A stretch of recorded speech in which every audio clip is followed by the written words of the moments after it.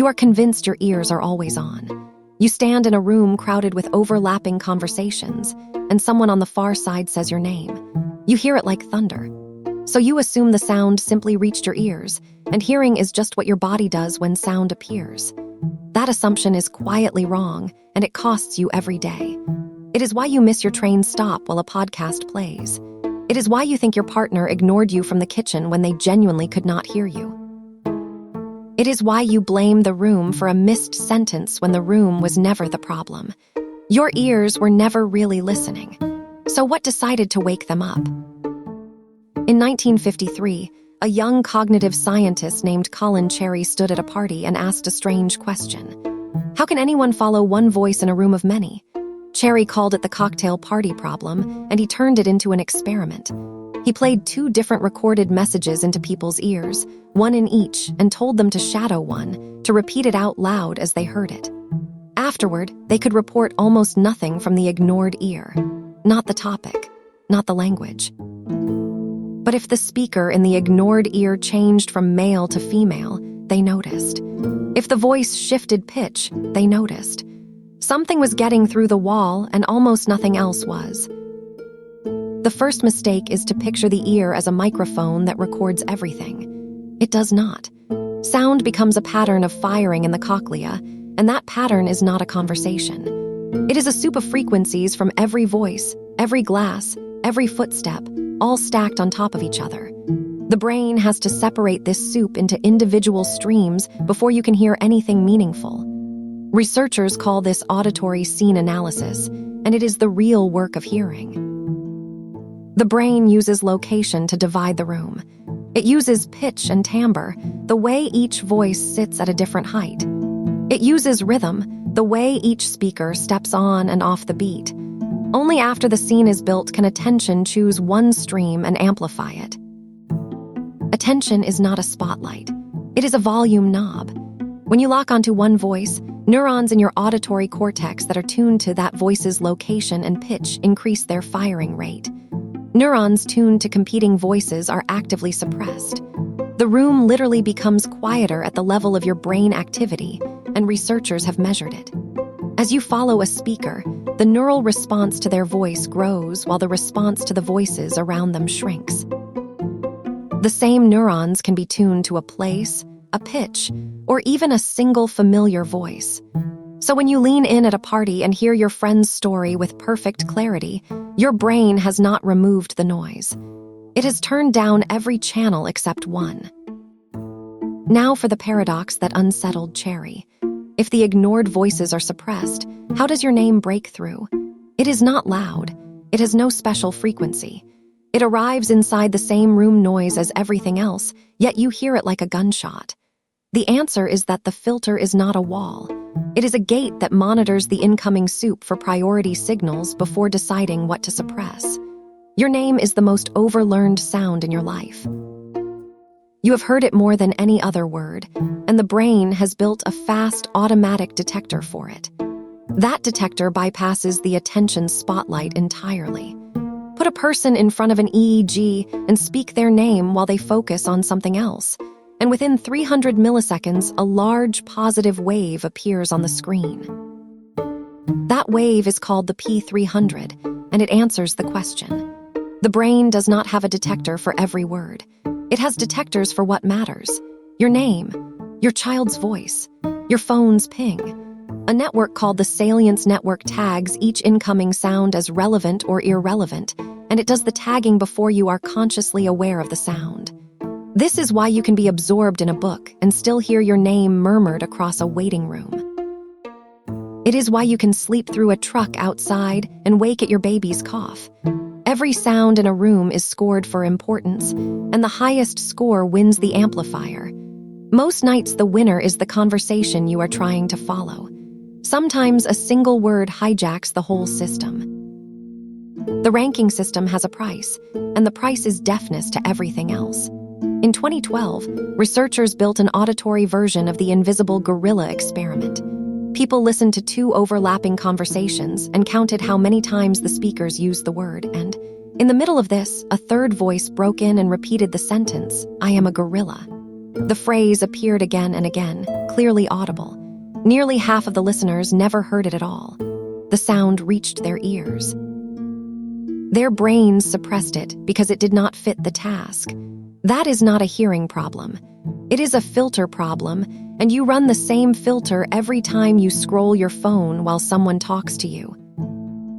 Now think about a television playing in the room while you work. You are not listening to it. You are sure of that. And yet it is damaging you. Psychologists call this the irrelevant sound effect.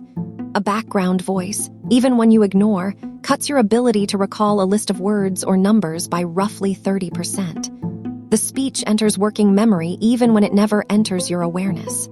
The filter keeps the words from becoming part of your conscious experience. It cannot keep them from occupying mental space. This is the other face of the cocktail party effect. The same machinery that lets you hear your name across a crowded room will silently eat a third of your memory while you read.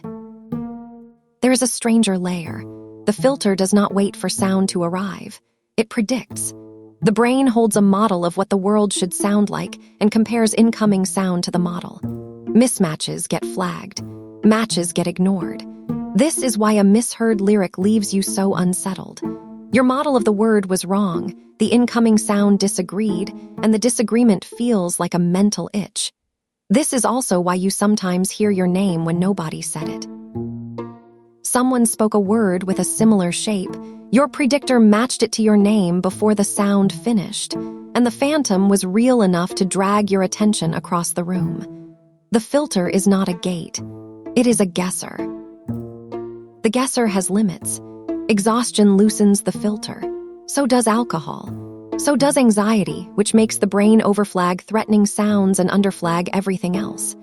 If the target voice is too similar to your own, in pitch and accent, the brain struggles to separate it from its own template. Older adults show a specific breakdown. Their ears may test normally, but their brains lose the ability to suppress background speech, and a party becomes a wall of sound. For them, the cocktail party effect is not a trick. It is a daily handicap. Even in young adults, the filter runs on a finite resource.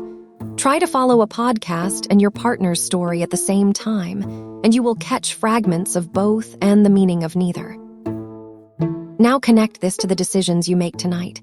You sit in a restaurant and the person across the table says something you miss. Your first instinct is that the room is too loud and you ask them to repeat it. Half the time the volume was not the problem. Your filter was aimed somewhere else at the kitchen or at your own thoughts, and repeating the sentence will not aim it better. The fix that works is a change of scene. Move closer. Reduce competing sound. Look at the speaker's mouth. Each action gives the auditory scene analyzer a sharper shape to work with, a clearer spatial separation, and a visual lip pattern to bind to the voice. That binding makes the filter lock on. Without it, the voice stays weak. The second trap is the accusation. You call a name from another room and get no answer. You conclude that the person is ignoring you. Most of the time they are not. They are washing dishes with a podcast playing or reading a dense page, and your name could not beat the suppression that their attention has locked on. The salience detector is fast, but it is not invincible. When a task is absorbing, the threshold for your name climbs higher, not lower. So you stop calling louder. You walk into the room. You touch a shoulder. You speak the name while facing the person, giving the filter a sound it cannot suppress. This is not manipulation. It is how the filter was designed to be aimed. The filter is also trainable. Musicians consistently beat non-musicians at hearing speech in noise, and the advantage appears even in amateurs with just a few years of practice. Bilinguals outperform monolinguals because their brains spend a lifetime managing two competing language systems. You can train the skill directly. Sit in a noisy cafe and follow one conversation from beginning to end. No looking at the speaker. No subtitles. No escape. The first sessions are exhausting, and the exhaustion is the point. The brain is a muscle in the only sense that matters. It changes with use. What you are doing is giving the cortex sharper templates, so the filter does not have to work as hard to pick one voice out of the mess. After several weeks, the filter sharpens, and the effort of hearing in a crowd drops noticeably. The final skill is knowing when to stop fighting. If you are worn out, you cannot summon the filter's strength. If you are in a room of hard surfaces where every voice bounces off the walls, the scene analyzer cannot build clean objects, and no amount of attention will fix it. In those moments, the honest sentence is, "I cannot hear you right now, and it is not your fault." You stop blaming your ears. You stop blaming the room. You stop blaming the other person. You name the real limitation, an overloaded brain trying to sort overlapping streams with too little left in the tank. Naming it out loud is the fix the filter actually needs. So the next time a voice cuts through a crowded room and lands on your name, you will know what happened. Your ears were never the organ that heard it. The cochlea turned pressure into signal. The brainstem sorted the signal into streams. The auditory cortex amplified the stream that the salience network flagged, and your name passed through because your brain has been building a detector for it since your first year of life. The cost of that gift is that everything else in the room was quietly turned down, including things you might have wanted. The fix is not to turn the filter off. You cannot. The fix is to aim it, to feed it clean shapes, to respect its limits, and to forgive yourself when it fails. You are not hearing the world as it is. You are hearing a version of the world that your brain decided matters. That whisper across the room was not louder. It was chosen. And once you see that, a new question appears everywhere. In a dinner conversation, a flight announcement, a shift in a friend's tone, ask what your filter is choosing and what it is throwing away. Because the filter is still running. It never stops. And it is always being aimed by a brain that learned your priorities long before you could choose them.